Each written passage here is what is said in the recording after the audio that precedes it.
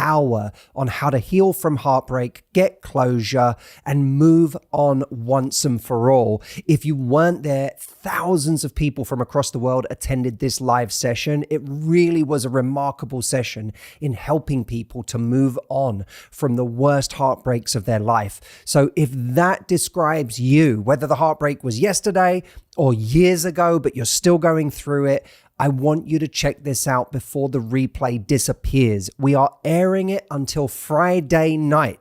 So on the 28th at midnight, this replay will disappear. So please go check it out now. Mark it in your diary. Don't be one of those people who gets to Saturday needing this and you didn't actually watch it while it was available. The link to go and watch it is lovelifereplay.com. Go check that out either now or as soon as you've finished listening to this podcast. This episode today is part of a mini series that I'm doing on the podcast where I am taking pieces of writing that I reserved exclusively for people who are on my mailing list in a Friday letter called The 3 Relationships. And I spent a lot of time crafting these pieces that helped a lot of people who are on my newsletter. If you're not part of my newsletter, go to the3relationships.com and jump on that now. But for everyone who wasn't on the newsletter at the time, they really did miss something special. And I want to bring forward a few of these pieces and essentially turn them into the spoken word so that they can help people who watch the YouTube videos or who listen to the Love Life podcast. This one is all about situations where someone tells you they can't have a relationship with you at the point where you've already decided that you like or love them. It's a really important piece. I think you're really going to enjoy this story and it's going to help be a pressure valve for you if you find yourself in that situation. And by the way, you can listen to this story on the move if you enjoy listening to me in the car or when you're tidying the house or whatever you're doing at the same time. You can listen to it as a sleep story if you like. I know some people enjoy doing that with the podcast, or I know some of you will just enjoy watching it on YouTube, but I intended this to be something that you could enjoy in many different ways. It started when my friend Anna called me in a heartbroken state. For the past year, she had been in a relationship with a man that she felt was her soulmate. She was ready to spend the rest of her life with this man, except that 2 months ago, he decided to end it, which is a move that usually disrupts any plans to spend the rest of your life with a person. Anna listened with incredulous sorrow as he explained to her the reasons why he couldn't continue with the relationship, most of which had to do with his separation the year before from his wife and how it was still messy. None of this was news to her. She had known all along.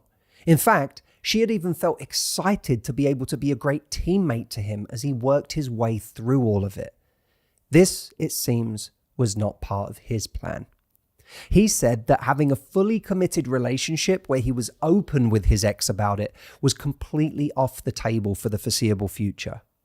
At first, my friend Anna was very understanding and accommodating about all of this. But for the last few months, it had started to really bother her. It pained her to feel like an island he visited rather than the treasure that was part of his everyday life. She had tried to make compromises, offering to take things slowly as long as there was a genuine feeling of progress. She told me all of this through tears as she recounted the many ways in which she had given everything to this man that she'd fallen for and shown up for him whenever he needed her. She said, "I cooked for him whenever he came over. I checked in whenever he'd had a hard day, just to listen. I'm all about being the best partner there is when I'm in love." But no matter what, she explained, she still felt like the woman on the outside, the secret his other life wasn't supposed to discover. As she made me party to her frustrations, it was clear that heartbreak wasn't her only emotion. There was anger. Anger is a common response when the gap between what we've been prepared to do for someone else and what they've been so patently unprepared to do for us becomes painfully clear. One day, determined to change the dynamic, she gave him an ultimatum. commit to a real relationship that he was happy to be public about and fully integrate their lives, or she was done. He chose done. She was devastated, more than devastated, shocked. She told me, I couldn't believe it. I really thought that when I gave him a choice, he would finally realize that he was going to lose me. He'd come around, invite me over, and finally go all in. She waited several days to see if he would wake up one morning in a cold sweat after having had some harrowing nightmare about losing her for good, then come to his senses and call her. When he didn't do that, she panicked. And when we panic, we often resort to actions that dismantle the good we've done in our calmer moments. In Anna's case, this meant that despite the fact that nothing had changed, she ran back to him. She tearfully stressed to him that she never should have given him that dreadful ultimatum in the first place. It wasn't something she would normally do. She told him that she was simply hurt and that she knew that the love they had was miraculous because she saw how special it could all be. Could all be. Pay attention to any situation where could fails to graduate to will. Will is steeped in intention, whereas could, its limp and invertebrate cousin, lives in equivocation. So they began dating again.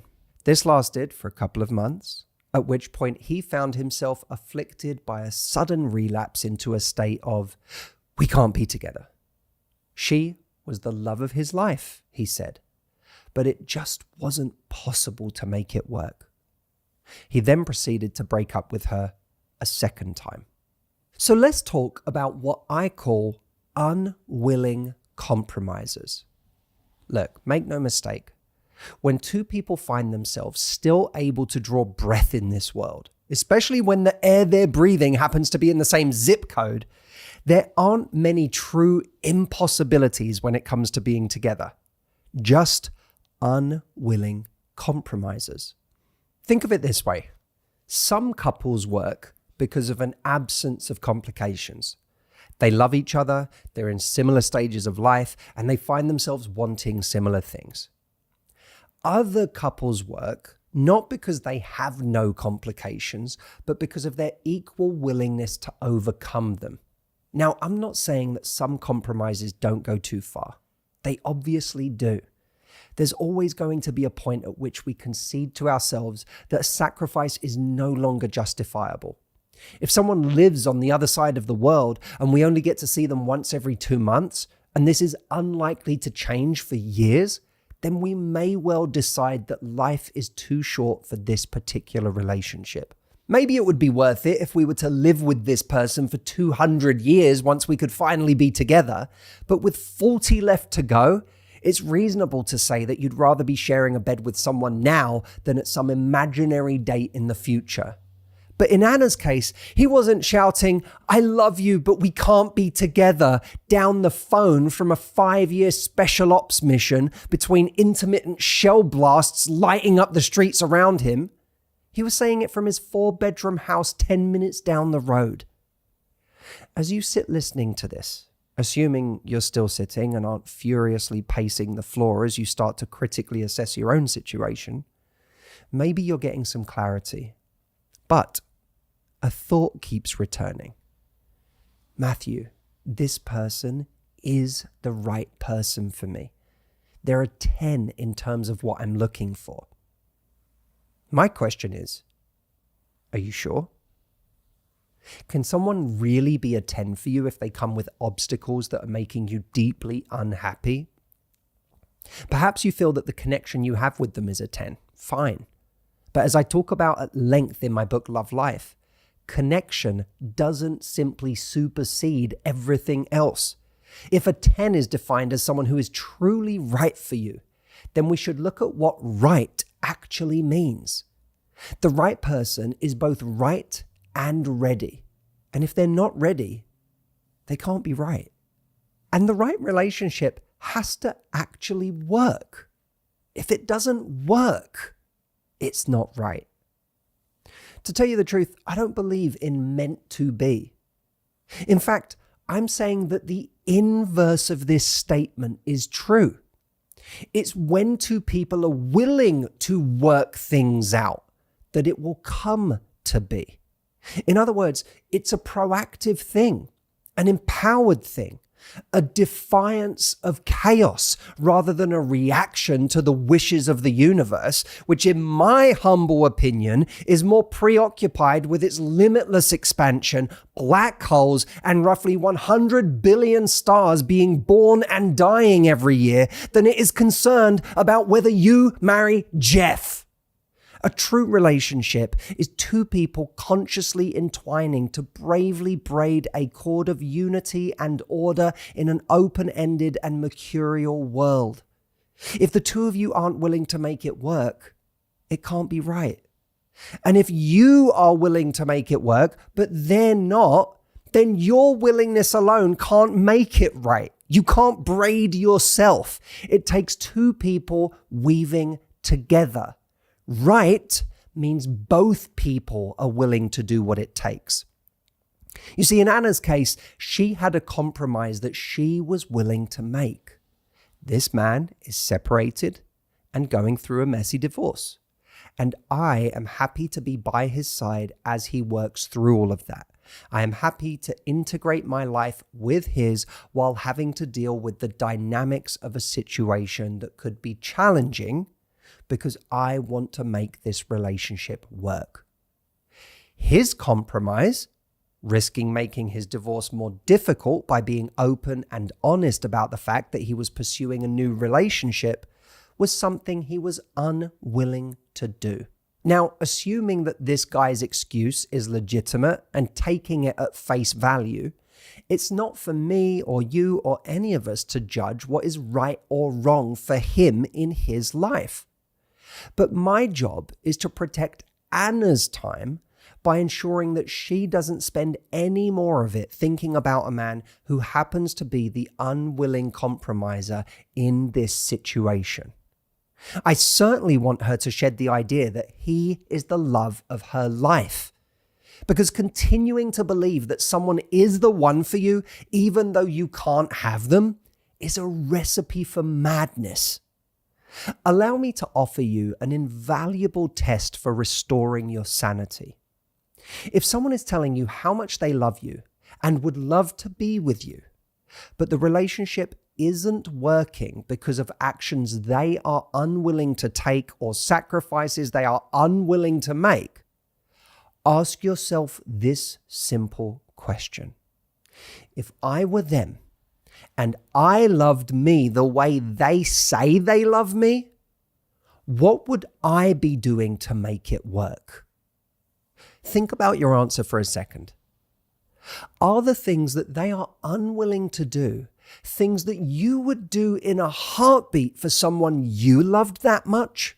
So if you have fallen for someone and they are telling you reasons that they can't be with you in spite of their deep feelings for you, here are some key takeaways. Number one, when two people find themselves still able to draw breath in this world, there aren't many true impossibilities when it comes to being together, just unwilling compromisers. Two, the right person is both right and ready. If they're not ready, they can't be right. And the right relationship has to actually work. If it doesn't work, it's not right. Three, a true relationship is two people consciously entwining to bravely braid a cord of unity and order in an open-ended and mercurial world. In other words, being together is proactive. It's not passive. Four, don't settle for being an island someone visits. Be the treasure they are excited to bring home. Five, are the things they are unwilling to do to make it work things you would do in a heartbeat for someone you love as much as they say they love you? Pay attention to that. So what about you? Think of a current or past situation where you felt like you were doing most of the compromising and ask yourself, if I were them and I loved me the way they say they loved me, what would I be doing to make it work? Does this make you realize the enormous gulf between words and actions? Remind yourself now that great relationships are built on actions. Love is a verb. It requires someone to show up, not just recite poetry about how they feel about you. How will this realization impact the pedestal you've put this relationship on? How will it help you move on and find something far, far better? Now, of course, as I said at the beginning, a huge symptom of being in a situation like this is heartbreak. The feeling of having fallen for someone, having let your guard down, been vulnerable with someone, allowing your feelings to develop because you felt like you were in a mutual place with someone and that they felt the same, and then grieving the loss of something special that you thought was on the cards, grieving the loss of hope for the relationship, the future you thought you might have with that person. And if you're in that place, of heartbreak, what I did this week on how to heal from heartbreak is designed for you. Please take the time, 1 hour of your life. If you're heartbroken, it will be the most important hour you spend this year for your emotional well-being. Take that hour and come watch this live session I did before it expires on Friday night. It expires this Friday at midnight Pacific time. So go check it out. It's at lovelifereplay.com. I'll also leave a link in the description of the episode. And I wish you better. And I look forward to working on this with you. Thank you so much for being here on the Love Life podcast, as always. And I'll see you next time.